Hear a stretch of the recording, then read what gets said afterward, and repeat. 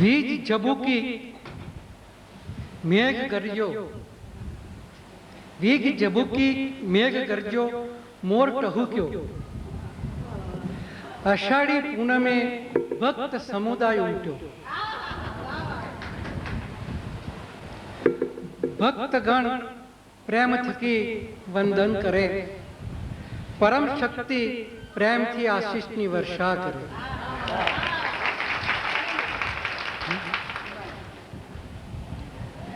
બીજ ઝબૂકી મેઘ ગરજો, મોર ટહુક્યો, અષાઢી પૂનમે ભક્ત સમુદાય ઉમટ્યો, ભક્તગણ પ્રેમ થકી વંદન કરે, પરમ શક્તિ પ્રેમથી આશીષની વર્ષા કરે. સમજાવવું પડશે, સમજણ પડી ગઈ બધાને?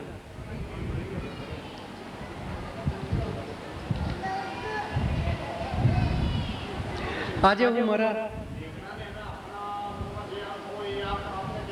તમારે કહેવાનું કેવું પડે એટલે અમને પણ નહીં કહેવાનું કેવું પડે. આજે હું મારા આધ્યાત્મિક જીવનના 18 વર્ષ પૂરા કરી 19મા વર્ષમાં પ્રવેશ કરું છું. આધ્યાત્મિક ક્ષેત્રે હું હવે યૌવનમાં પ્રવેશું છું. શારીરિક રીતે નહીં, શારીરિક રીતે તો મારું 61મું વર્ષ ચાલે છે, પરંતુ આધ્યાત્મિક ક્ષેત્રમાં હું 19મા વર્ષમાં પ્રવેશ કરું છું. અને આ યૌવન જે મને મળ્યું છે આધ્યાત્મિક રૂપે, યૌવન શા માટે મળ્યું છે? એ હવે બ્રહ્મરસનું પાન કરવા માટે, બ્રહ્મરસ પીવા માટે એ યૌવન છે. અને એનો સ્વાદ તો જે ચાખે અને ચાખ્યો હોય તે જ માણી શકે, બાકી એનો સ્વાદ માણવો જરૂરી તો છે જ, પણ બહુ કઠિન છે. હા હા જેણે ચાખ્યો અતિ અજબે બ્રહ્મરસને, સંસારો તણી માયા શૂન્ય સમીભાસે. હા હા જેણે ચાખ્યો અતિ અજબે બ્રહ્મરસને, સંસારો તણી માયા શૂન્ય સમીભાસે. જેણે આધ્યાત્મિક બ્રહ્મરસ ચાખ્યો હોય એને સંસારની માયા, સંસારના કાર્યો એ બધા કરે ખરા, પણ શૂન્ય સમા લાગે કે આમાં કશું જ નથી.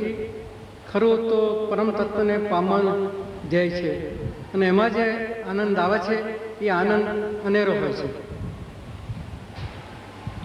નથી વહાલા માનવો જગતમય સાર જરીએ, સત્કૃત્યોના કર્મોથી પરમ તત્વને પ્રાપ્ત કરીએ. નથી વહાલા માનવો જગતમય સાર જઈએ, સત્કૃત્યોના કર્મોથી પરમ તત્વને પ્રાપ્ત કરીએ. એટલે આ જગતમાંથી સાર નથી, પણ સત્કૃત્યો તમે કરો તો તમે પરમ તત્વને પામી શકો, માણી શકો, જાણી શકો. પછી મનુષ્યના શરીર માટે કઈ આદિ વ્યાધિ થકી સતત કાયા ક્ષીણ થતી, જેમ ઉંમર વધતી જાય તેમ આદિ વ્યાધિ શરીરને આવતી જાય, અને એનાથી કાયા ધીરે ધીરે ક્ષીણ થતી જાય, ઘસાતી જાય. ધજા માથે ગળપડની ફરકતી, ધજા દોરી ગળપડની માથે ફરકતી. કાયા ક્ષીણ થતી જાય અને માથે દોરી ધજા ફરકે, એટલે કે સફેદ વાવી જાય. હવે આ આદિવાદી મારે થયું, શ્રીમંતોના હૈયે નિષદીને વસે ચોર ભય છે. જે શ્રીમંત છે એની પાસે બધું જ છે, છતાં એને ચોરનો ભય રહે છે કાયમ. શું થશે શું થશે એનો ભય છે, એટલે એ બી સુખ નથી. સુખ શેમાં છે? તો નાશવંત સંસારમાં ભય રહી પરમ તત્વ છે. આ સંસારમાં કોઈ ભય રહિત હોય તો એ પરમ તત્વ છે. હવે આજે હું અત્રે કંઈ જે કહીશ, બોલીશ, તેને કોઈ શાસ્ત્ર સાથે અથવા આપણા કોઈ ધાર્મિક ગ્રંથો સાથે સંબંધ નથી. મેં જે જોયું, જાણ્યું, માણ્યું, અનુભવ્યું તેનો હું નિચોડ આપું છું.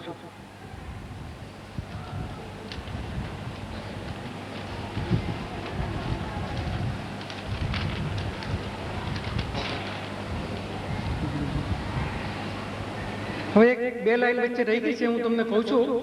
જણાતા હતા લાંબા દિવસો જે દુઃખ ભર્યા, જણાતા હતા ટૂંકા દિવસો જે સુખ ભર્યા. જે દુઃખના દિવસો હોય છે એ આપણને દુઃખ લાગે અને તે લાંબા ભર્યા હોય છે. જ્યારે સુખના દિવસો વધારે હોય છતાં પણ એ જલ્દીથી પસાર થઈ જાય છે. એ અધિવ્યાધિની ઉપર કહેવાનું હતું, એટલે પછીથી.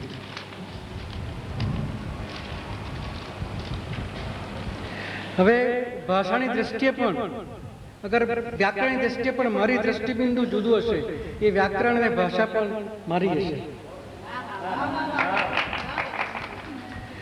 હવે આજે હું અમુક ગૂઢ રહસ્યો જણાવું છું. એક શિવ અને જીવ વિશે, શિવ અને જીવના મિલન વિશે. આપણા શરીરમાં શિવ અને જીવ ક્યાં રહ્યા છે, એનો ક્યાં સંજોગ થયો છે તે. બીજું, મારા આપેલા 9 સિદ્ધાંતોનો મનુષ્યના શરીરના ભાગો સાથે શું સંબંધ છે. એ 9 સિદ્ધાંતો આપણા શરીરના ભાગો સાથે જોડાયેલા છે, પણ હજુ સુધી આટલા વખત આપે પણ તમે કોઈ વાતનો વિચાર કર્યો નહીં હોય તે જે જણાવીશું. બીજું, ઓમમાં ઓમનો ગુઢાર્થ, ને છેલ્લો વચ્ચે આપીશ કુંડની જાગૃતિ વિશે થોડી સમજણ આપીશું. હવે શિવ અને જીવ વિશે. શિવ અને જીવ મનુષ્યની અંદર પોતામાં સમાયેલા છે, પરંતુ તેને ઓળખવાનો પ્રયત્ન કરવો જરૂરી છે. હવે હું સ્ટાન્જા કરું છું. પરમ તત્વે યંત્રો અર્પ્યા મનુષ્ય શરીરને, પરમ તત્વે યંત્રો અર્પ્યા મનુષ્ય શરીરને. શરીરની અંદર જે આપણને આપ્યા છે યંત્રો, તે એ યંત્રોમાં શિવજીનું નિરૂપણ કર્યું. એ યંત્રોની અંદર જ શિવજીને નિરૂપણ કર્યું છે. પ્રવાસ શિવજીવનો ભવ સાગર વહી. એ શિવ ને જીવ તમારા શરીરની અંદર ભવસાગરનો પ્રવાસ કરે છે, અને એ સાગરના પ્રવાસના મંથન થકી મળ્યા 9 સૂત્રો.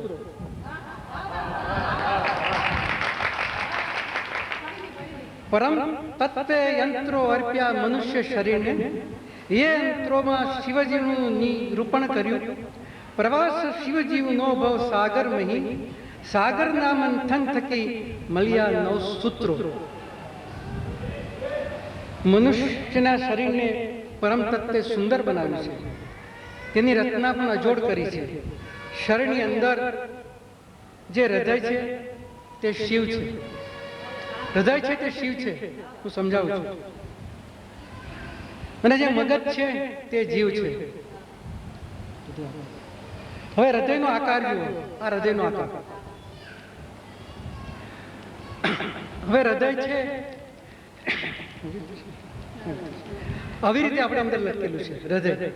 આ રીતે, એટલે ઊંધું છે. શિવ શિવ આવી રીતે છે. હા, આવી રીતે લખાય છે.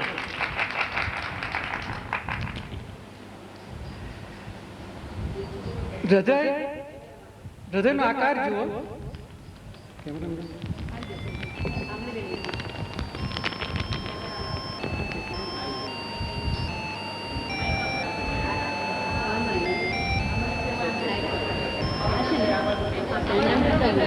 પેન્ડલ નહીં લટકાઈ દો.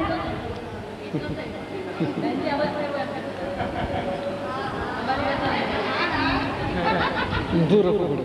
હાથ ઊંધું છે ને, આ ઊંધું છે ને, આ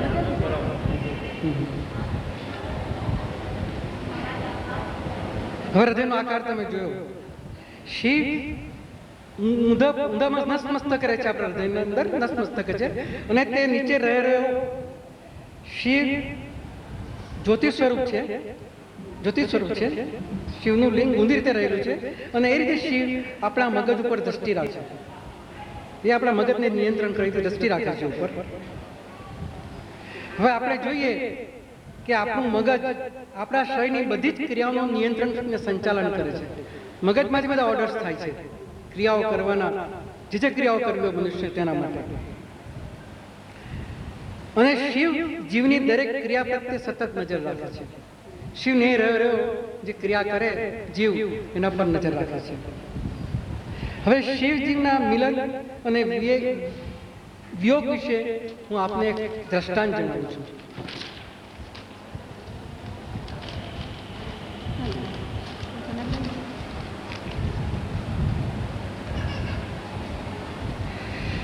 એક જૂના જમાનાની વાત છે.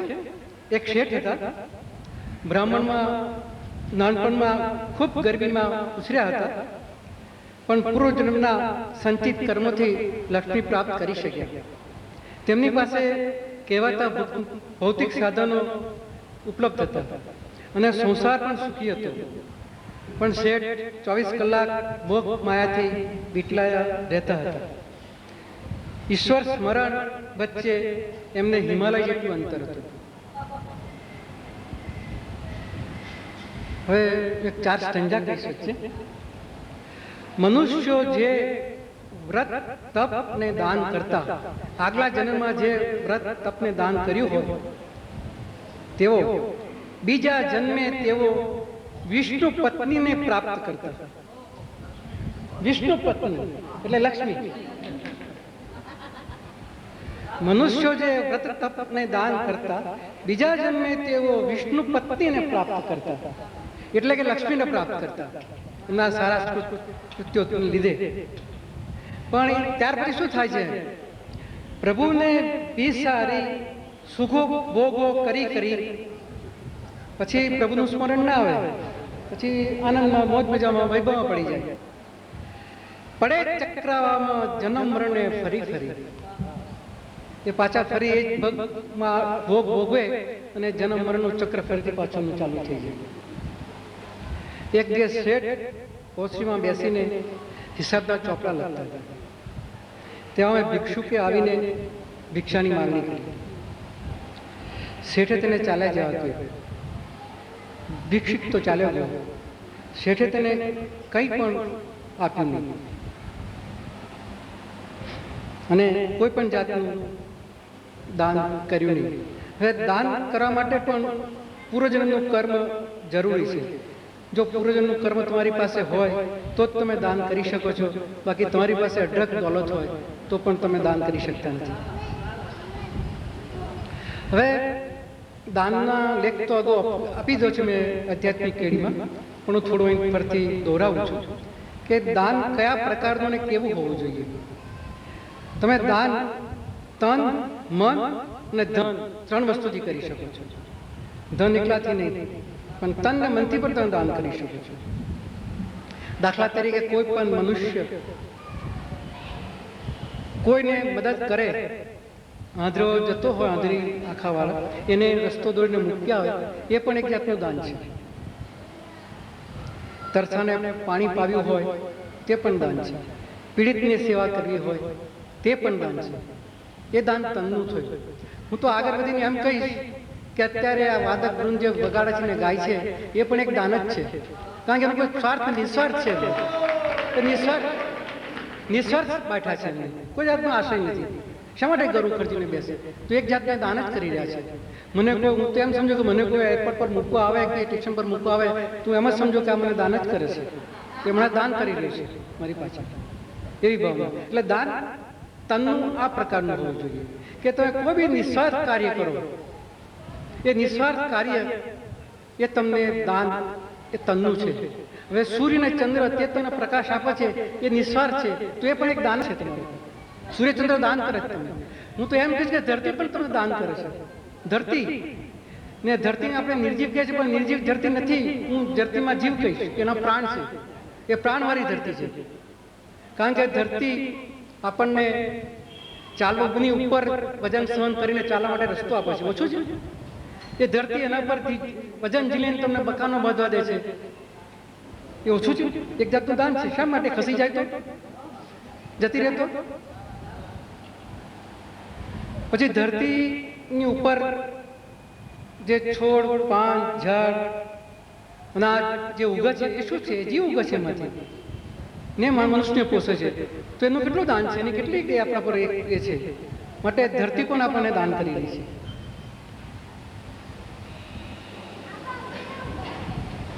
મનનું દાન. મનનું દાન માનસિક રીતે વ્યથિત વ્યક્તિને લાગણી, સહાનુભૂતિ અને દરેક રીતે સાથ સરકાર પ્રેમ આપે, હૂંફ આપે, એ દાન મનનું દાન થઈ શકે. હવે ધનનું દાન, ધનનું દાન જે કરે છે એ કીર્તિ માટે કર્યું હોય કે તકતી માટે કર્યું હોય, એ દાન ના કહેવાય.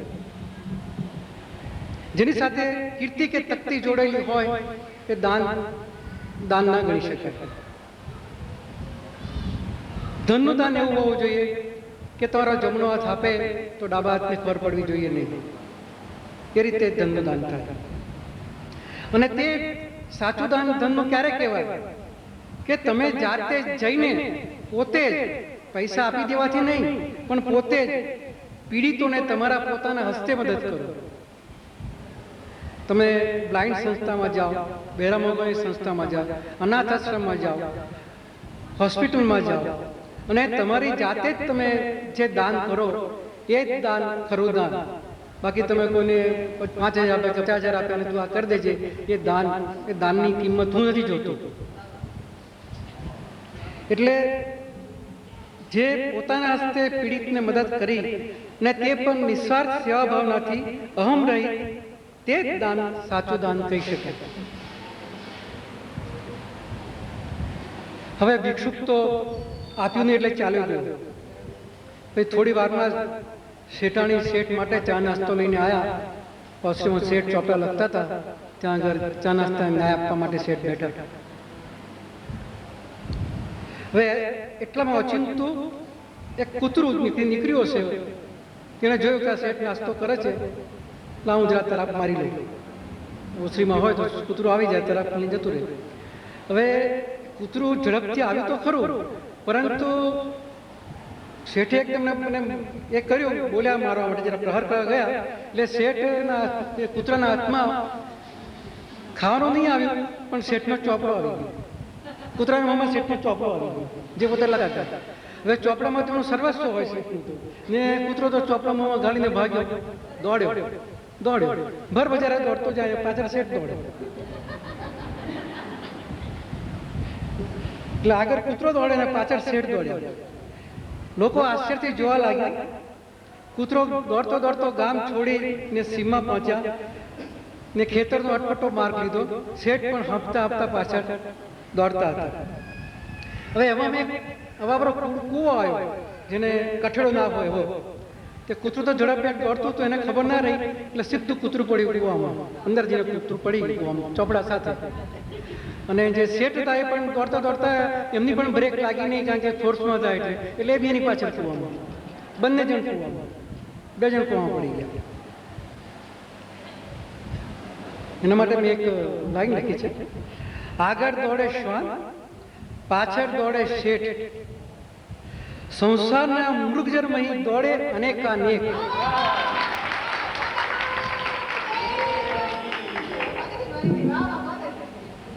આગળ દોડે શ્વાન, પાછળ દોડે શેઠ, સંસારના મૃગજરમહી દોડે અનેકાનેક. હવે કૂવામાં કેડ સૌ પાણી હતું, બહુ પાણી નહોતું, એટલે શેઠ ને કૂતરો પડ્યા ખરા, પણ એ બેઠા રહ્યા, જીવતા રહ્યા. શેઠ એને મારવાનો પ્રહાર કરવાનો વિચાર કરતા હતા, પણ ઉપર જે લોકો આવીને જોતા હતા એમને કહ્યું, શેઠ મારશો નહીં તો તમને કરડી ખાશે અંદર તો. અને એ શેઠનો ચોપડો જે કૂવામાં પડ્યો હતો એ પલરી ને આકાશ જેવો સ્વચ્છ થઈ ગયો, ક્લિયર થઈ ગયું. સહી જે લખેલી હતી, કારી સહી લખાતું હતું ને પહેલા, એ કારી સહી આખી ઘૂસાઈ ગઈ ને ચોપડો ક્લિયર થઈ ગયો. હવે શેઠ કહે બધાને અંદરથી લોકો જે આવ્યા હતા ને, ભાઈ મને બહાર કાઢો, હવે બહાર કાઢો. તો શેઠને પેલા મનમાં આવ્યું હતું કે બુદ્ધિનો ખજાનો મારી પાસે જ છે, આ ગામ લોકો પાસે બુદ્ધિ છે જ નહીં. એટલે જે ગામ લોકો આવ્યા હતા, જે ટીકરીવાળા છોકરાઓ હશે, એમને કહ્યું શેઠ અમારી પાસે તો બુદ્ધિ તો કહો તો અમે તમને બહાર કેવી રીતે કાઢી, તમે રસ્તો બતાવો તો અમે બહાર કાઢીએ. શેઠને પૂછ્યું તો શેઠને થયું કે હું જે બહુ એ કરું છું એનો મને આ છોકરાઓ કહે છે, પણ રસ્તો નથી મારે, શું કરું, હું નિસહાય છું. એટલે શેઠે કહ્યું ભાઈ તમને જે રીતે ફાવે એ રીતે મને કાઢો, પણ કાઢો, કોઈ બી પ્રકાર મને અંદર કૂવામાંથી બહાર કાઢો. પછી ગામ લોકોએ 4 પાઈ લાયા, લાકડાની 4 પાઈ લાયા, 4 છેડે બાંધી અને પકડીને ઊભા રહ્યા. માણસો અને શેઠને ને કૂતરાને બંનેને સાથે બેસાડીને બહાર ગયા. કૂતરો શેઠની સાથે બેસી ગયો ચાર પર, બે સાથે બહાર આવી ગયા. હવે બહાર તો આવી ગયા, પણ બહાર આવી ગયા પછી કૂતરો શેઠને એકદમ બચકું ભરીને અંદર દોડી ગયો, પગે બચકું ભરી લીધું કૂતરાને. હવે શેઠને તો બે વાતનું દુઃખ થયું, કૂતરું કરડ્યું અને પોતાનો ચોપડો ગુમાવ્યો, બધી પોતાની માલ મિલકત એ બધું હવે યાદ આવે ને લખાય તારે, બાકી તો હિસાબ કિતાબ કઈ કરવાના જઈને કોઈ જગ્યાએ કરવાના. એટલે દુઃખી હૃદયે પોતે ઘરે પાછા ફરી ગયા. હવે આ શેઠ કૂતરાનો આપણે આધ્યાત્મિક અર્થ ઘટાવીએ તો એવો થાય કે મનુષ્ય આખી જિંદગી ભોગ વિલાસ મોહ માયા પાછળ દોટ મૂકે છે અને તેની પાછળ જિંદગી વેડફી નાખે છે. જ્યારે અંતકાર નજીક આવે છે ત્યારે ખબર પડે છે કે મેં કોઈ સત્કાર્ય કર્યું નથી કે ઈશ્વર સ્મરણ પણ કર્યું નથી, પરંતુ તે વખતે બહુ જ મોડું થઈ ગયું હોય છે. શેઠે મોહ માયામાં જિંદગી વિતાવી અંતે અંધકારરૂપી કૂવામાં પડ્યા. એટલે આપણે પણ બધા જો મોહ માયામાં રહીએ તો અંધકારરૂપી કૂવામાં પડવાનો પ્રસંગ આવે.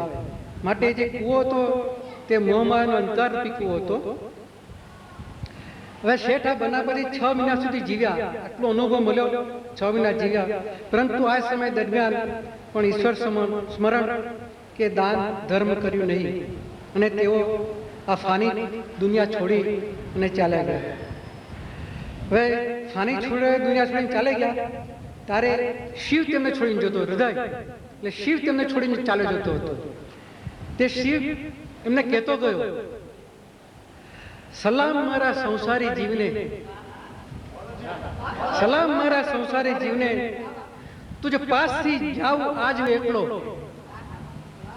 ન કરશો કોશિશ ત્યાં પ્રવેશવાની, હાથ નથી સરનામું તમ પાસ. આગળ છે તમ પાસ સંસારી તણો નામું, નામું ચોપડો. એટલે જ્યારે આ છોડીને ચાલ્યો જાય છે ત્યારે તે કહે છે કે તારી પાસે કઈ નથી, કઈ રહી નથી હવે ને હું ચાલ્યો જાઉં છું, ને ત્યાં પ્રવેશવાની કોશિશ કરશો નહીં, કારણ કે તમે રસ્તો જોયો નથી, તમે આવશો નહીં અને તમારા હાથે એ સરનામું પણ નથી કે ક્યાં આવું. તમારી પાસે શું છે, કોનું સરનામું, શું ચોપડા છે?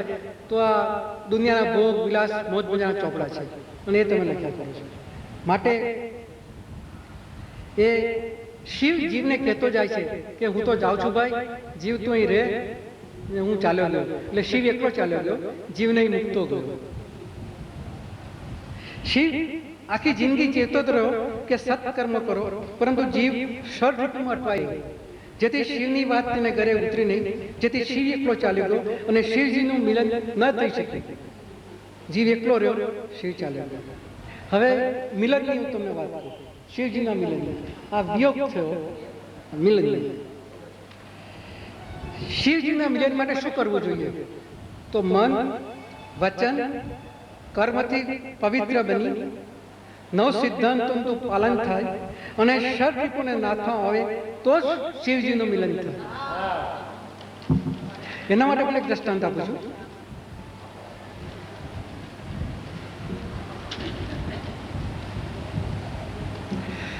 એક ખેડૂત હતો, સામાન્ય ખેડૂત, સામાન્ય ભણેલો, ખાધે પીધે સુખી હતો, પણ હંમેશા એ પોતે મન વચન અને કર્મથી પવિત્ર રહેતો હતો. ષડરૂપીઓને તેને કાબૂમાં લીધા હતા. તેના જીવનમાં નવ સિદ્ધાંતો, જો કે તે વખત તો મેં નહીં આપ્યા હોય, પણ એનું પાલન એ પોતે રીતે કરતો હશે, પણ એ નવ સિદ્ધાંતોનો અમલ કરતો હતો. એને અને પુરુષાર્થ કરવામાં આનંદ માનતો હતો અને પોતાના કાર્યમાં ઉદ્યમી રહેતો હતો. હવે આ સંસારમાં આપણે ઉદ્યમી જોવા જઈએ તો એકલી એક મધમાખી છે. મધમાખી આ ધરતી ઉપર એકલી જ ઉદ્યમી વધારે વધારે મધમાખી છે, કારણ કે આ ધરતી પર અમૃત સમાન મધ ઉત્પન્ન કરી શકે છે, એ પોતે આપી શકે છે. એ પોતાની જાતની અંદર પુરાઈ ઉપર રહીને એ કરી રાત દિવસ અવિરત ત્યાં ચોટીને એ મધ બનાવે છે ને એ મધ અમૃતરૂપી દુનિયાને ભેટ આપે છે. એટલે એ ઉપયોગી છે. અને બીજા સારા સારી વસ્તુઓ શું શું બને છે એ કહું તમને. દીવો પોતે બળી જશે પણ બીજાને પ્રકાશ આપશે. એ પોતે સળગી જાય છે દીવો, પણ બીજાને પ્રકાશ આપતો જાય છે. અગરબત્તી પોતે સળગી જશે પણ વાતાવરણ સુગંધિત કરતી જશે. સુખડ પોતે કપાઈ જશે પરંતુ જે કુહાડીને સુગંધિત કરી દેશે. જે કુહાડીનો હાથો જેને કાપતો હશે એને સુગંધ જ આપશે. એને કઈ કસદોની વર્ષા નહીં કરે કે એની સામે પ્રદૂષણ નહીં ઉછાળે, એને સુગંધ જ આપશે. કારણ કે એનો સિદ્ધાંત છે કે મારે સુગંધ ફેલાવી. ફૂલ પોતે હોમાઈ જશે પરંતુ સુવાસ આપી જશે. ફૂલ કરી ખીલે છે, ફૂલ થાય છે, એ પોતે ચીમરાઈ જાય છે, હોમાઈ જાય છે, પણ તે પ્રકાશ સુગંધ મૂકતી જાય છે. જેવી જ રીતે વાદળમાંથી મુક્ત થયેલ સૂર્યચંદ્ર જગતને પ્રકાશ અર્પે છે, તેવી જ રીતે આ દુનિયાના મોહમાયામાંથી મુક્ત થયેલ તે ખેડૂત પોતાના જીવનને શોભાવતો હતો.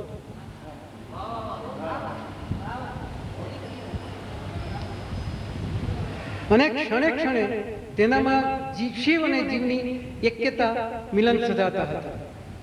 કારણ કે નવ સિદ્ધાંતોનું પાલન મન વચન કર્મથી પવિત્ર અને ષડ ઋતુનો પોતે સંહાર કર્યો, એટલે શિવ ને જીવનું મિલન કાયમ એના પોતામાં થયેલું હતું. હવે જ્યારે તે ખેડૂતનો અંત સમય નજીક આવે છે ત્યારે શિવ જીવને કહે છે, પેલાને સલામ મારી હતી, જ્યારે આને શું કહે છે? લાઈનો પૂછો. જગત તણા સંસારે સાથે રહ્યા, સાથે કર્મો કર્યા. શિવનેજી બે સાથે અનંતની સફરમાં નિશ્ચય સાથે રહીશું. અહીં બી સાથે કર્મો કર્યા છે, સાથે રહ્યા છે, તો અનંતની સફરમાં બી આપણે સાથે જ ભેગા થઈને આપણે જઈશું. અને અહીં શિવ અને જીવનું મિલન થાય.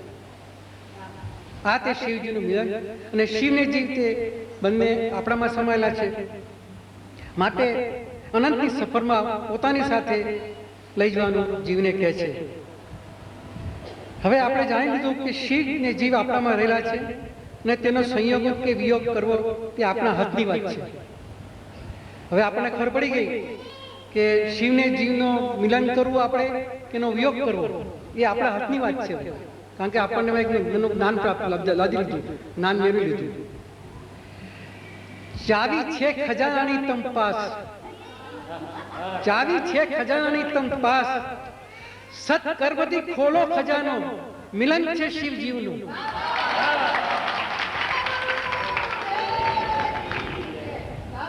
ચાવી છે ખજાનાની તમ પાસ, સત કર્મથી ખોલો ખજાનો, મિલન છે શિવ જીવનું.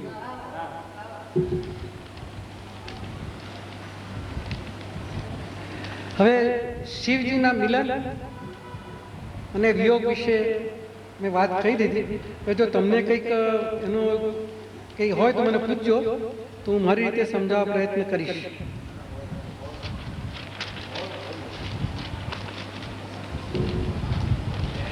હવે શરીરની એના પર આવું, નવ સિદ્ધાંત માટે આવું.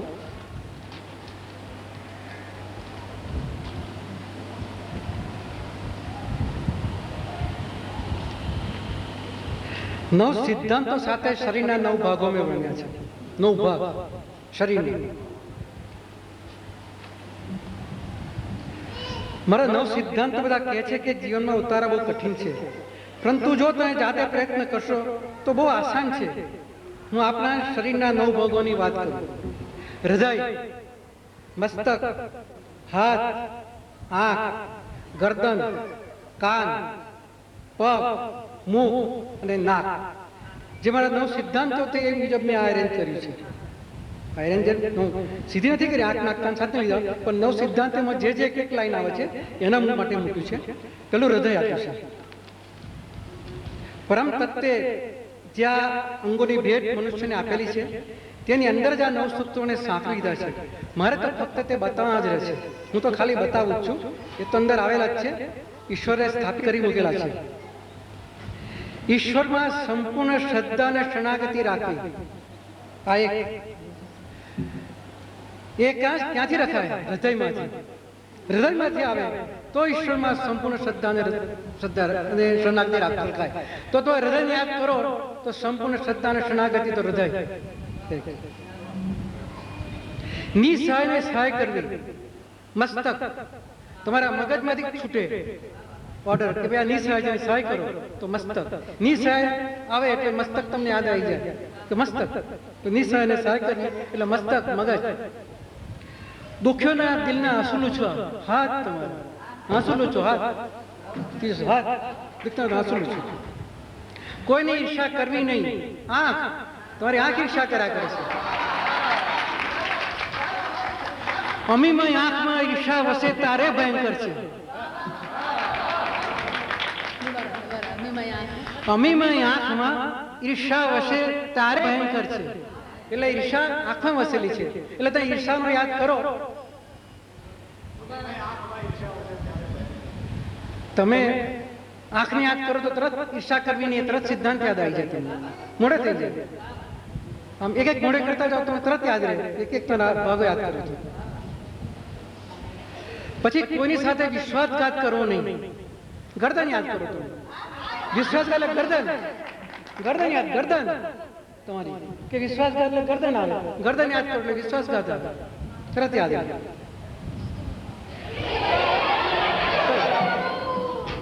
કઈ વાંધો કશો વાંધો નહીં. કઈ વાંધો નહીં આવે. નહીં આવે.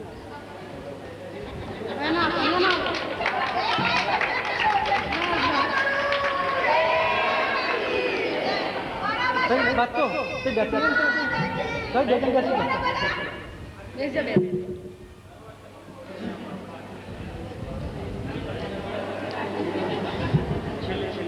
કોઈનો વિશ્વાસઘાત કરવો નહીં એટલે ગરદન. પરનિંદાથી દૂર રહેવું. આ કાન ગુનેગાર છે. કાન પરનિંદા કાન સાંભળે છે માટે કાન એટલે પરનિંદા. તો પરનિંદાથી દૂર રહેવું એટલે કાન યાદ કરવા. એટલે પરનિંદા સિદ્ધાંત યાદ આવી જાય. પુરુષાર્થને અગ્રતા આપી સતત કાર્યશીલ રહેવું. પગ પુરુષાર્થને અગ્રતા આપી કાર્યશીલ રહેવું એ પગ માણસને. નિસ્વાર્થ સેવા કરવી. મુખ એ મુખ એમ સમજાવતો મુક્તિ સમજણ નહીં પડે. કારણ કે તમે સેવા કરો ને જો એમાં કઈ સ્વાર્થ હોય તો એ સ્વાર્થ મોહ મારફતે તમે આરોગવામાં આવે. તમને એમ કહું કે કામ કરું તો મને પાણી પાય કે ચા પાય કે મને જમાડે એવો સ્વાર્થ હોય તો પણ તમે મોહ તમારું માગે. માટે નિસ્વાર્થ સેવા તો મુખ યાદ કરવું. તમે નિસ્વાર્થ સેવા કરી છે. આપણે કોઈ સ્વાર્થ નહીં રાખો. માટે મોહ યાદ રાખો. મુખ એ મોહ યાદ રાખો. એટલે નિસ્વાર્થ સેવા કરવી. પછી અહમનો ત્યાગ કરો. આ મોટું છે. નાક યાદ કરો એટલે અહમનો ત્યાગ. તમારા પોતાના નાકને યાદ કરી લો એટલે અહમનો ત્યાગ. આ 9 સૂત્રોના 9 અંગો હું તમને ફરતી કહી જાઉં. હૃદય ઈશ્વરમાં સંપૂર્ણ શરણાગતિ રાખવી. મગજ મસ્તક નિસહાયને સહાય કરવી. હાથ દુઃખના દિલના આંસુ લૂછવા. આંખ કોઈની ઈર્ષા કરવી નહીં. ગરદન કોઈનો વિશ્વાસઘાત કરવો નહીં. કાન પરદંડાથી દૂર રહેવું. પગ પુરુષાર્થને અગ્રતા આપી સતત કાર્યશીલ રહેવું. મુખ નિસ્વાર્થ સેવા કરવી. નાક અહમનો ત્યાગ કરવો. હવે બોલો આમાંથી કોઈ તમને કઈ ફેરફાર લાગે છે? કોઈને બોલો ફેરફાર લાગતા તમને કહો. તો આ 9 સિદ્ધાંત તમે તો 5-6 વર્ષથી આપે છે. કોઈ વિચાર કર્યો કે આપણા શરીરમાં જ છે આવ્યું છે? હવે આ 9 સૂત્રોને ઓળખવા માટે તમારા શરીરના 9 ભાગોની અંદર એક એક સૂત્ર વેચી નાખો અને તમે એક વસ્તુ યાદ કરો કે ધારો કે નાક યાદ કર્યું તો તરત કે અહમ. ગરદન યાદ કરતો કે વિશ્વાસઘાત. આંખ યાદ કરતો કે ઈર્ષા. એવી રીતે વેચીને યાદ રાખી દો ને અમલ કરો. તમે ચાલતા જાઓ ને તમારા જે અંગો ફરતા હોય તો તમે એમાંથી બંધ થશો. તમે એ કાર્ય કરતા અને એવી રીતે તમે એને સાધી શકશો. જલ્દી તેને પ્રાપ્ત કરી શકશો. આવી રીતે આ 9 સૂત્રો તમને યાદ રહેશે અને શરીરના કયા ભાગે તેનું પાલન કરવાનું છે તે યાદ રહેશે અને તેનો અમલ કરી શકશો. 2 લાઈનો કહું છું. 9 સૂત્રો તણો સહારો છે આમ જીવનમાં. 9 સૂત્રો તણો સહારો છે આમ જીવનમાં. જંગ જીતશું જીવનના 9 સૂત્રો તણા સહારે. જંગ જીતશું જીવનના 9 સૂત્રો તણા સહારે. બસ આ 9 સૂત્રો યાદ રાખો, ચાલો તો તમે જિંદગીના જંગમાં જીતી જશું.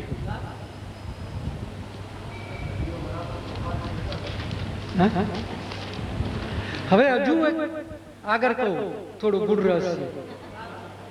આજે રાત થોડું ગુડ લાગશે. શરીરના 9 ભાગો, 9 સૂત્રો, શિવજીનું મિલન એ કહી દીધું. હવે કુંડળી જાગૃતિ. કુંડળી જાગૃતિના બી 9 ચક્રો છે.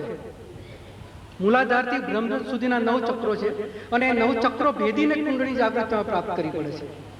પણ એને ગતિશીલ બનાવવા પડે ને તેના માટે ઘણો જ પરિશ્રમ કરવો પડે છે. અને તે ઈશ્વરની કૃપા હોય કે કોઈ સાચા સદગુરુ કે સંત મળ્યા હોય તો પ્રાપ્ત કરી શકાય. બાકી કુંડળી જાગૃતિ પ્રાપ્ત થતી નથી. પરંતુ તેના માટે હું તમને એક સરળ રસ્તો બતાવું છું કે જે કાર્ય સરળ થઈ શકે.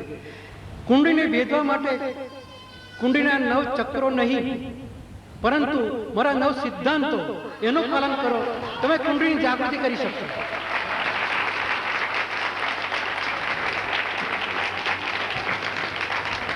કુંડળીની જાગૃતિ એટલે 9 ચક્રો ભૂલી જવાના, 9 સિદ્ધાંતો મૂકો.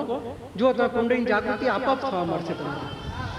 ને જે 9 સિદ્ધાંતો આચરણમાં મૂકશે એ ચોક્કસ એની કુંડળીની જાગૃતિ થઈ જશે. એનો અમલ કરો અને એની સાથે સાથે જ શિવજીનું મિલન પણ એની સાથે જ થશે. અને શિવજીનું મિલન પણ એ કુંડળીની જાગૃતિ છે. જો તમારા શિવજીનું મિલન થાય તો એ પણ એક કુંડળીની જાગૃતિ છે.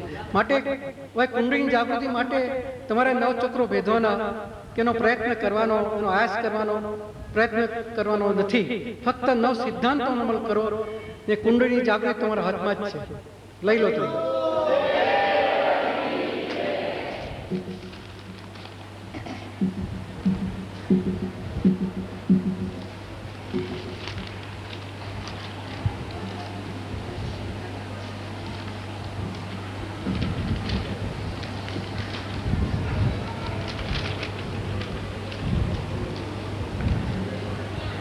હવે ઓમમાં ઓમ મંત્રનો ગુણાર્થ હું સમજાવું.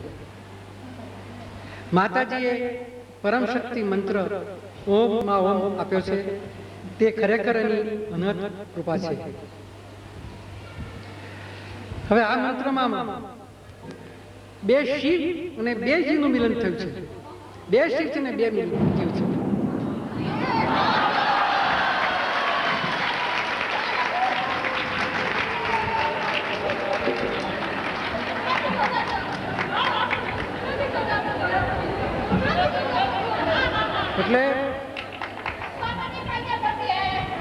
એટલે 2 શિવ અને 2 જીવનું મિલન થયું છે એ હું સમજાવું કેવી રીતે. ઓમ એ પરમ તત્વનું જ્યોતિ સ્વરૂપ છે, તો તેને આપણે શિવ કહીએ. શિવ એટલે 2 શિવ થયા. ઓમ આગળ, ઓમ પાછળ, 2 શિવ. મા શબ્દ છે પણ તે જીવ છે. જીવ છે પરંતુ તે એક છે મા તો. પરંતુ મામાં જે કનો છે એ કનો આવે છે. અને કનો એટલે યશોદાનો કનો અને 12 થાય એટલે હું માનો 12. અને તે 12 એટલે હું રાજયોગી નરેન્દ્રજી માનો 12. હવે આ મા શબ્દની અંદર મા વત્તા રાજયોગી માનો 12 એ 2 જીવ આવ્યા. બંને જીવનું સ્થાપન થયું. એટલે ઓમ ઓમ આગળ, વચ્ચે 2 જીવ ને આ બાજુ 1 શિવ. એટલે 2 શિવ ને વચ્ચે 2 જીવ. એટલે 2 શિવ ને 2 જીવનું મિલન થયું છે. એમ ઓમમાં ઓમ મંત્રની અંદર 2 શિવ અને 2 જીવનું મિલન થયું છે.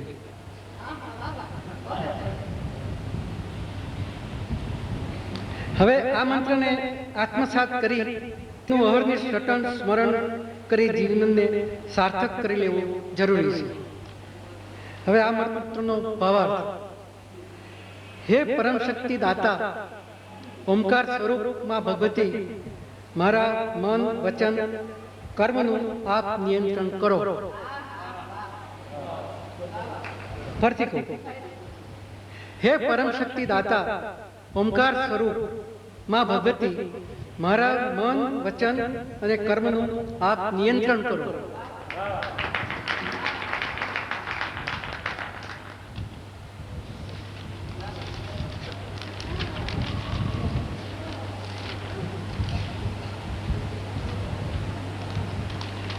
હવે છેલ્લે અંતમાં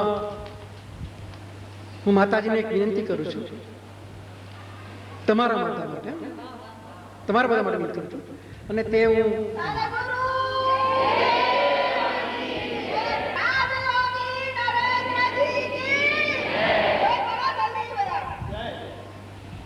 તે હું સ્ટાન્જામાં કહીશ.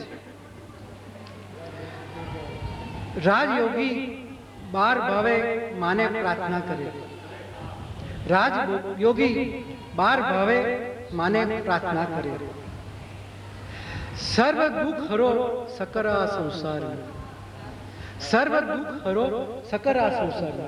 આ સંસારના સકર દુઃખ તમે હરી લો અને લોકોને આનંદિત કરો, લોકોને સુખી કરો. હજુ આગળ આનંદની હેલી કરો, આનંદની હેલી કરો, પ્રેમની લાણી કરો, સમસ્ત જગતને આનંદ આપો, પ્રેમ આપો, સ્વાસ્થ્યની રક્ષા કરો, શારીરિક તકલીફ કોઈને ના થાય એની રક્ષા કરો, અને છેલ્લે લક્ષ્મીની બક્ષિસ કરો.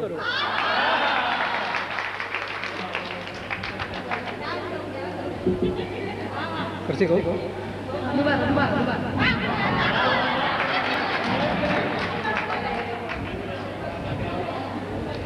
રાજયોગી બાર ભાવે માને પ્રાર્થના કરે, સર્વ દુઃખ હરો સકર આ સંસારના, આનંદની હેલી કરો, પ્રેમની લાણી કરો, સ્વાસ્થ્યની રક્ષા કરો, લક્ષ્મીની બક્ષિસ કરો. બસ આટલું તું મારા વિશ્વના માનવ બંધુને આપી દે, તેવી મારી ઈચ્છા છે, એવી મારી વિનંતી છે. હવે એક વાત કીધું કે ગઈકાલે હું જ્યારે બોલતો હતો ત્યારે મારા હાથના કાગરો હાલતા હતા, દુસ્તર બધા ખ્યાલ આવશે, મને પણ ખ્યાલ હતો.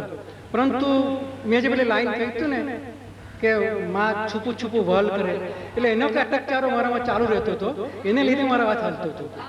ત્યારે સવારે મેં વિનંતી કરી પૂજા વખતે કે માં તું મને આવું જાહેરમાં આવી મારી આ ના કરીશ, તું તો ખાનગીમાં તારે જે કરવું તે કરજે, પણ જાહેરમાં તું આવું ના કરીશ.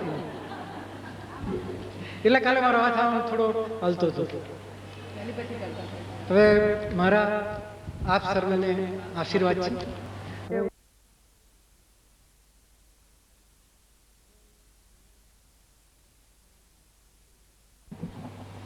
આ બધું તો મેં તમને કહ્યું.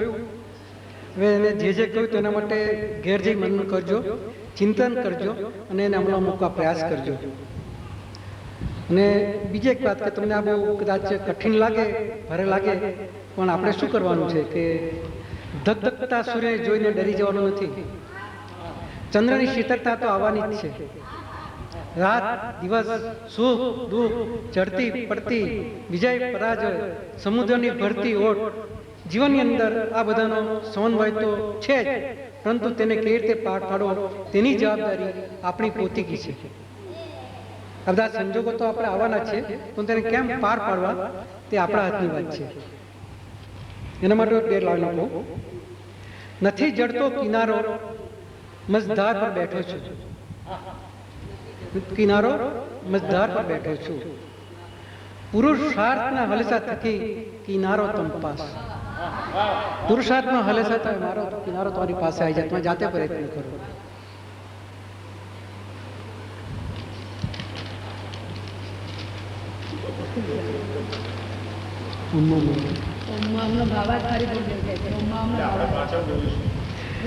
હવે એક જ વખત બોલાવું ને. હવે ઓમ મંત્રનો ભાવાર્થ છે તો હું બોલાવું છું, તો હું બોલું એ મુજબ આપ એક વખત બોલજો. હે પરમ શક્તિ દાતા, ઓમકાર સ્વરૂપ માં ભગવતી, મારા મન વચન કર્મનું આપ નિયંત્રણ કરો. વચન કર્મનું આપ નિયંત્રણ કરો. બસ.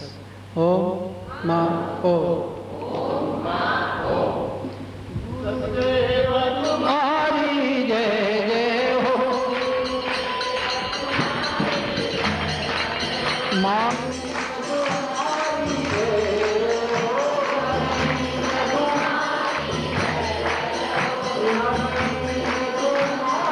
Yeah.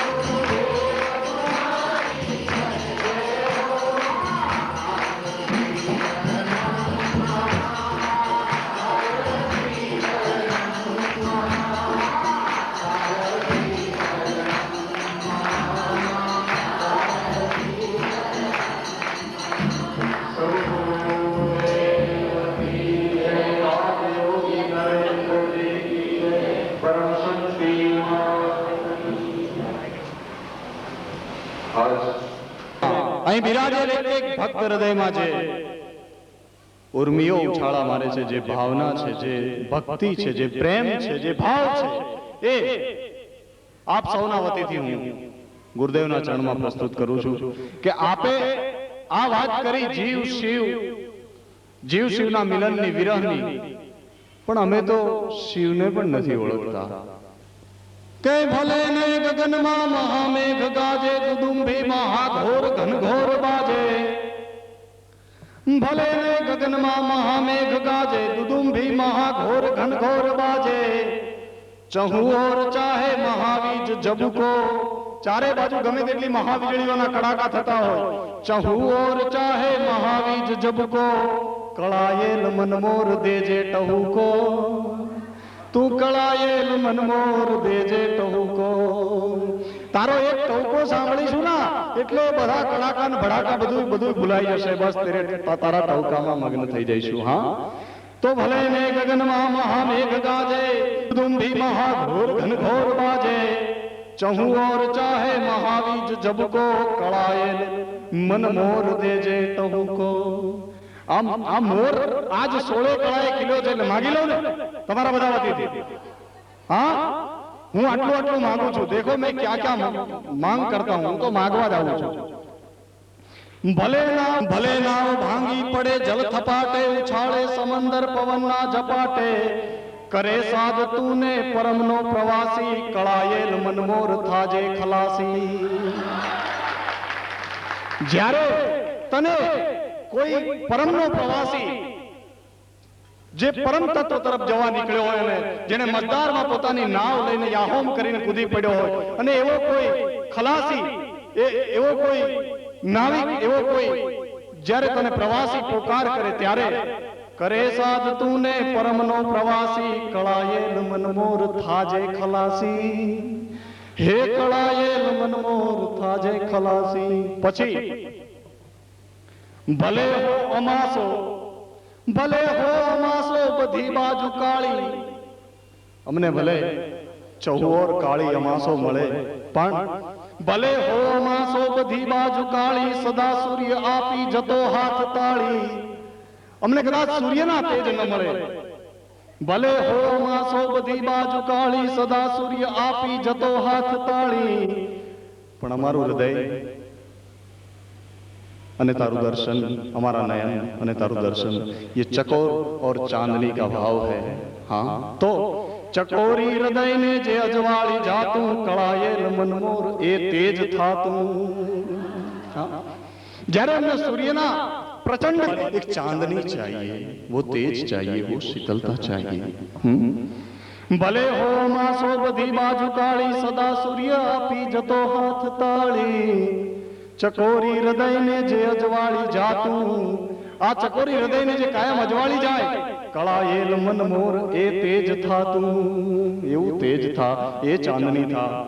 અને અત્યાર સુધી કઈક જન્મોમાં ફર્યા છીએ, કઈક જન્મો લીધા છે, અને અત્યારના જીવનમાં પણ કઈક ઠેબાઓ ખાધા છે, કઈક ઠોકરો ખાધી છે. અમે કઈક પીધા હળાહળ કટોરા, અમે કઈક પીધા હળાહળ કટોરા, યુગોના યુગોથી ચથા કંઠ કોરા. આ કંઠ તોય કોરા છે, હળાહળ રોજ પીએ છીએ. અમે કઈક પીધા હળાહળ કટોરા, યુગોના યુગોથી છતાં કંઠ કોરા. ધરું છું લીલું આયખું શરણ લેતું.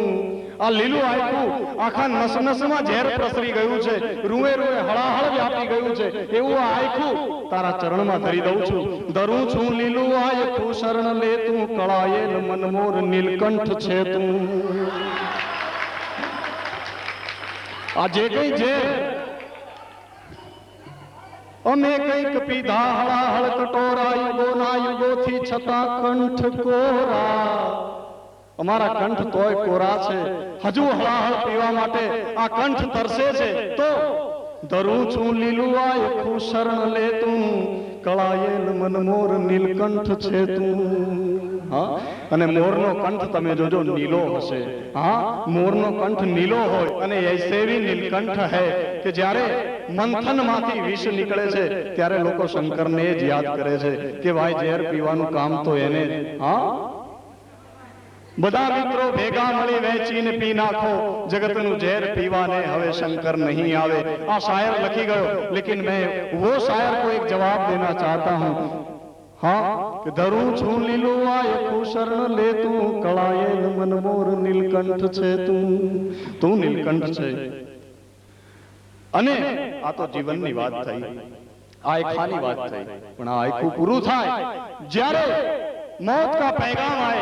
जब भी कभी चलते चलते दम निकल जाए, सांस रुक जाए, अचानक साथ छोड़ी दे के भले श्वास काया तणो साथ छोड़े. आ श्वास सतत जे चाली रहा है, ये श्वास जो हमारा शरीर नो साथ छोड़ी दे, भले श्वास काया तणो साथ छोड़े. हमणा गुरुदेव कीधु शिव जीव ने कहे छे કે સાથે રહીને આખું જીવન સત્કર્મો કર્યા છે, તો ચાલ આપણે સાથે જ અનંતના માર્ગે નીકળી જઈશું. હા, ભલે શ્વાસ કાયા તણો સાથ છોડે, મહાકાળ આયુષ્યની દોર તોડે. ભલે શ્વાસ કાયા તણો સાથ છોડે, મહાકાળ આયુષ્યની દોર તોડે. મહામૃત્યુના માર્ગે હાથ દેજે, કળાયેલ મનમોર સંગાથ દેજે. મહામૃત્યુના માર્ગે હાથ દેજે, કળાયેલ મનમોર સંગાથ દેજે. અને મોર જ્યારે 16 કળાએ ખીલ્યો હોય ત્યારે જ એની પાસે આ બધું મંગાય, કારણ કે 16 કળાએ ખીલેલો મોર છે. આ પ્રસન્ન હૈ. ભલે શ્વાસ કાયા તણો સાથ છોડે, મહાકાળ આયુષ્યની દોર તોડે. મહામૃત્યુના માર્ગે હાથ દેજે, કળાયેલ મનમોર સંગાથ દેજે. और दूसरा हमણાં જ ગુરુદેવે જે કાઢ્યું કે અર્જુનને કેવો આનંદ થયો હશે કુરુક્ષેત્રમાં કે જ્યારે પોતે નિમિત્ત બન્યો. વિષાદ એના હૃદયમાં વિષાદ થયો, મારે આ લોકોની સામે લડવાનું. ગાંડીવ શરીર પડ્યું, ગાત્રો ઢીલા થઈ ગયા, પરસેવે રેપ થઈ ગયો અને મ્લાન મુખ કરીને રથની પાછળ જ્યારે બેસી ગયો, કેશવ मैं युद्ध नहीं करना चाहता, મારે યુદ્ધ નથી કરવું, હું નહીં કરી શકું, મારે રાજ નથી જોઈતું, ચાહે હસ્તિનાપુર દુર્યોધન ભોગવે. અને ત્યારે એને ઉભા થઈને કીધું, તસ્માદ ઉત્તિષ્ઠ કૌંતેય. શું તું એમ સમજે છે કે આ બધાને તારે મારવાના છે? કાલોસ્મી લોકક્ષય કૃત પ્રવૃદ્ધો. આ તો હું છું. જો તો અમારા જીવનમાં પણ ક્યારેક એવા કુરુક્ષેત્ર સર્જાશે, ક્યારેક એવા મહાયુદ્ધ આવશે. મહાયુદ્ધમાં શસ્ત્ર હેઠા મૂકીને વિષાદી હૃદયથી સ્મરું હું ઝૂકીને. મહાયુદ્ધમાં શસ્ત્ર હેઠા મૂકીને વિષાદી હૃદયથી સ્મરું હું ઝૂકીને. જ્યારે તારું સ્મરણ કરું ઝૂકીને, ઝૂકી જાઉં અને વિષાદી હૃદયથી મારા હૃદયમાં જ્યારે વિષાદ છવાઈ જાય. મહાયુદ્ધમાં શસ્ત્ર હેઠા મૂકીને વિષાદી હૃદયથી સ્મરું હું ઝૂકીને. કળા વિશ્વરૂપે કુરુક્ષેત્રમાં કળાયેલ મનમોર કર નેત્રમાં તું. એ દિવ્ય ચક્ષુના મને દાન કરજે, દિવ્યમ દદાન તે ચક્ષુ. લે અને જો આ દિવ્ય રૂપ જો. હા, કળા વિશ્વરૂપે કુરુક્ષેત્રમાં તું, કળાયેલ મનમોર કર નેત્રમાં તું. અને મિલન અને વિરહ, જેમ ગુરુદેવે કીધું, જીવ શિવનું મિલન થાય, વિરહ થાય. આપણા લખણે કદાચ આપણે વિરહ આવે ખરો. ભલે જૂર તું પ્રીતનું ગીત દેજે, ભલે જૂર તું પ્રીતનું ગીત દેજે, વિરહ વેદનાથી ભર્યું ચિત્ત દેજે. એવું હૃદય આપજે. ભલે ये सब मिले कोई बात नहीं, भले जूर તું પ્રીતનું ગીત દેજે, વિરહ વેદનાથી ભર્યું ચિત્ત દેજે. કદી તો મિલનના મધુરા સુરોનું કળાયેલ મનમોર સંગીત દેજે. પણ ક્યારેક કબ તો वो सुर सुना देना, ક્યારેક કોઈ સંગીત દેજે. કદી તો મિલનના મધુરા સુરોનું કળાયેલ મનમોર સંગીત દેજે. અને આ ભવ માર્ગે ભવ પથે નીકળ્યો છું ત્યારે મને ચાલવાનો કદી થાક લાગે, મને ચાલવાનો કદી થાક લાગે, કદી કંટકોના ઘણા ઘાવ વાગે. હા, ક્યારેક કંટકોના ઘાવ વાગે. મને ચાલવાનો કદી થાક લાગે, કદી કંટકોના ઘણા ઘાવ લાગે. બનીને તું ઘેઘૂર વડલો મજાનો, કળાયેલ મનમોર દેજે વિસામો. બનીને તું ઘેઘૂર વડલો મજાનો, કળાયેલ મનમોર દેજે વિસામો. એ ઘેઘૂર વડલો થઈ જજે અને ઘેઘૂર વડલો થઈને મને વિસામો દેજે. અને છેલ્લા અંતરામાં તમારા મારા આપણા સૌના હૃદયની ભાવના નયનમાં રહે તારું નર્તન મધુરું, નયનમાં રહે તારું નર્તન મધુરું. અને ક્યારે આ વાત પૂરી ન થાય. ના, અમારે સંપૂર્ણ તરફ નથી જવું, અમારે સમાપ્તિ નથી જોઈતી. નયનમાં રહે તારું નર્તન મધુરું, મિલન આપણું હો ભવો ભવ અધૂરું. એ અધૂરું જ રહે, પૂરું ન થાય. અને તો જ એ ભવ ભવનો જન્મો જન્મનો સંબંધ બંધાય. નયનમાં રહે તારું નર્તન મધુરું, મિલન આપણું હો ભવો ભવ અધૂરું. મને મુંજ જન્મો જન્મની તરસને, મને જન્મો જન્મની તરસ દેજે. મને મુંજ જન્મો જન્મની તરસને, કળાયેલ મનમોર ટવકાર દેજે. એ કળાયેલ મનમોર ટવકાર દેજે. મને મુંજ નયનમાં રહે તારું નર્તન મધુરું, મિલન આપણું હો ભવો ભવ અધૂરું. મને મુંજ જન્મો જન્મની તરસને, કળાયેલ મનમોર ટવકાર દેજે. એ કળાયેલ મનમોર ટવકાર દેજે. કળાયેલ મનમોર ટવકાર દેજે. કળાયેલ મનમોર ટવકાર.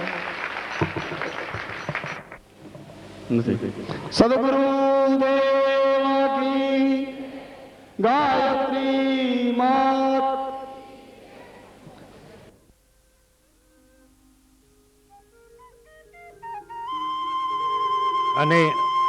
અને અંતે માનો મોર કળા કરીને કોણ જાણે પાછલે બારણેથી ઉડી ગયો. પણ મોર ગીત મૂકતો ગયો, કોલ લેતો ગયો. મારે ટોડલે બેઠો રે મોર ક્યાં બોલે. મનને ફરીથી મિલન આપવા, જન્મો જન્મના સંગાથી થવા. કર્મ તો જન્મો જન્મનું સંગાથી ચોક્કસપણે અને ચોક્કસ માત્રામાં છે. પણ અમારા કર્મ સાથે તમે પણ ક્ષણે ક્ષણ હે માના મોર, હે રાજયોગીજી, પ્રત્યક્ષ અને પરોક્ષ બંને રીતે હાજર રહેશો. અમારા મન, બુદ્ધિ ને અંતઃકરણ ત્રણેય ઉપર તમારું નાગદમન અહર્નિશ હજો.